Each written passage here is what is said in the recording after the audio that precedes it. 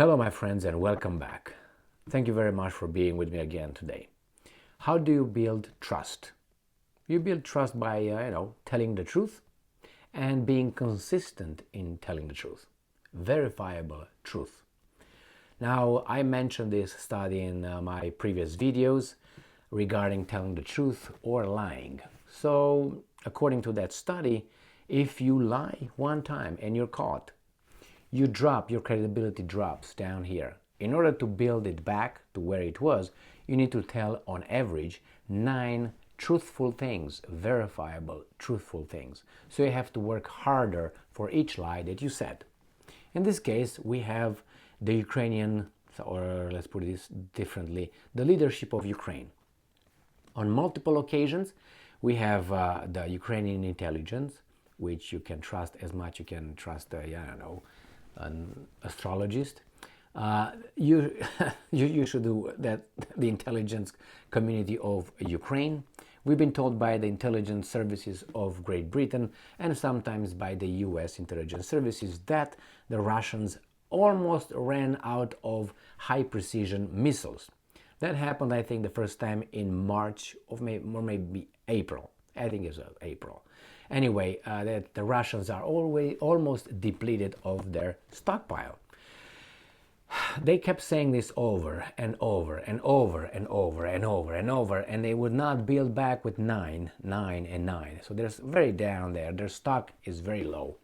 Now they come again, telling us that again Russia has almost only 20% of its initial stockpile of high precision weapons that it had at the beginning of the war in Ukraine. So I have this little article here, and this article comes from Ukrainska Pravda, and it's from today, the 23rd of January 2023.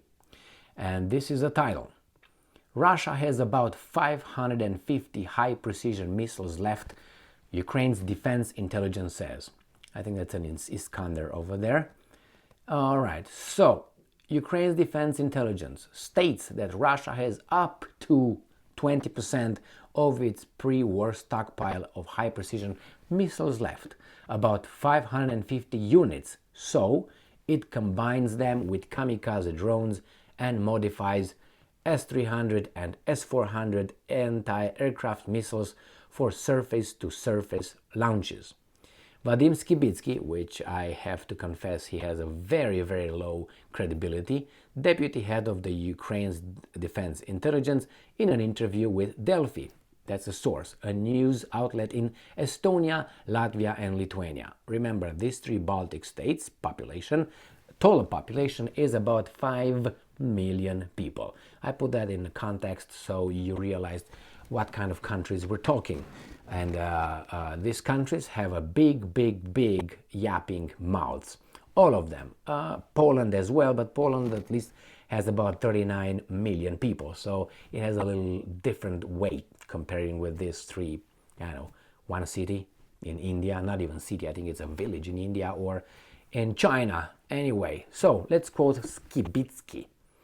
They, the Russians, have Iskanders, mobile short-range ballistic missile systems, KH-101S, KH-555S. According to our estimates, well, you can't go by that, you know or you don't know, Jesus Christ again.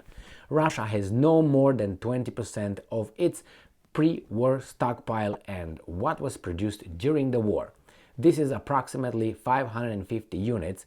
Their potential is enough to conduct 2 or 3 massive strikes with more than 80 missiles. Here we go again, giving us a number, 2 to 3 massive strikes. We had the same statements were made in December, and since then they conducted 2 or 3. But anyway, I will come back to that point. The last strike was less than 30 precision guided missiles. This means that they have a deficit. No, it doesn't mean that. Maybe they didn't feel the need of using them according to their needs on the territory, you dumb. Anyway, they do not have enough time to replenish their arsenal. Again, this guy runs against what Mr. Alexei Reznikov another guy in the gang of Ukrainian leadership, stated in late December or early January, maybe the 3rd or the 5th of January, sometime, or 27th of December, he stated he finally came with numbers, which I appreciated. It's like they heard me calling them out. I will tell you about that. They have taken a different approach to cover this conflict. They now use kamikaze drones, both Iranian made and their own. That's true, they did that, and there's a reason for that. They're more expensive, less expensive, and they do the same thing as the missiles, which are more expensive, and you need to guide them, I think, through satellite. I made a video on that. The Russians started to modify S-300 and S-400 missiles and launched them as surface-to-surface missiles. It is not an accurate weapon, but it's destructive.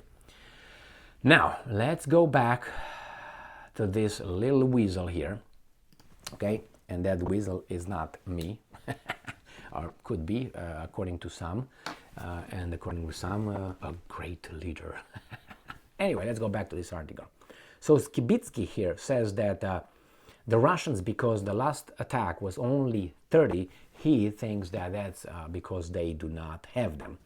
That's a scenario, but I can come with multiple scenarios, just like him, which I could bring better scenarios, better meaning more probable, okay, more probable scenarios. As I said before, maybe they didn't have a need to use 90 or 100 missiles. Now, in December 24th, the exact December 24th, 2022, the British intelligence director, chief, however you want to call Mr. Ben Wallace, he came and stated the same thing. Russia cannot conduct any more missile attacks, massive missile attacks, because they're done.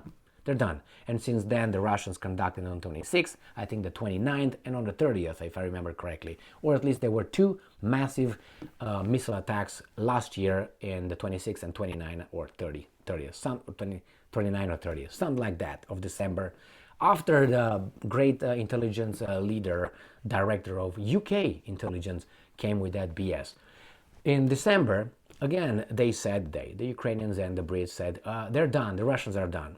And they said they have 20%, they have 10%, they have 50% and all that. And I called them out many, many, many times in my videos, saying, if you know the percentage, that means you know where you started and where they're at. So why don't you give me or give us the numbers? Like, okay, they started with 100 missiles and now they have 20. So you know they have 20% left, right? But if you don't know those numbers, how much they had at the beginning and how many they have right now, you can't really make percentages. But hey, maybe you have a different kind of arithmetics that I'm not aware of. You know what I mean? Probabilities, possibilities, and percentages. So in this case, Mr. Reznikov, for his credit, I liked that, he came with a very nice arranged, with how many Iskander the Russians had at the beginning, how many they used, and how many they produce. So that's a great, and I asked that question as well. And I made a video, as I said, late December or early January with this study report. And they did a very good job. I don't know if that was true, but anyway, it was very nice, organized, and statistically beautiful. The Russians had this kind of missile, they used this one, this much, and they are able to produce this many. So that means you can calculate approximately, if they keep going with the same boom, boom, boom, boom in the production, how many more months. And I think I calculated the Russians can easily go to, I don't know, September or November this year, if they continue like this. That was the calculation based on the pattern and the report provided by Mr. Oleksiy Reznikov, who is the defense minister of the Ukrainian country, state, whatever you want to call it, one of the weasels. But nevertheless, the report was perfect. Now this Skibitsky comes again and tells us, after about a month after Reznikov came and said, well, they're about 20%, they're almost done. I've heard that so many times that it goes like, why did I make this video, then you might ask? Well, because repetition helps people see something that they didn't see the first time, the second time, the third time. What I'm doing right now, I'm calling this guy out because he says that, hey, they're not going to do anymore, they're not going to conduct any more missile attacks. Well, why don't you tell me what are the lottery numbers for the next drawing, if you know the future? Anyway, now the Russians stated this, and not only the Russians, that during the war they changed the tactic. That was about a month ago. I've covered that more than a month ago. I think the Russians stated that they switched from missiles.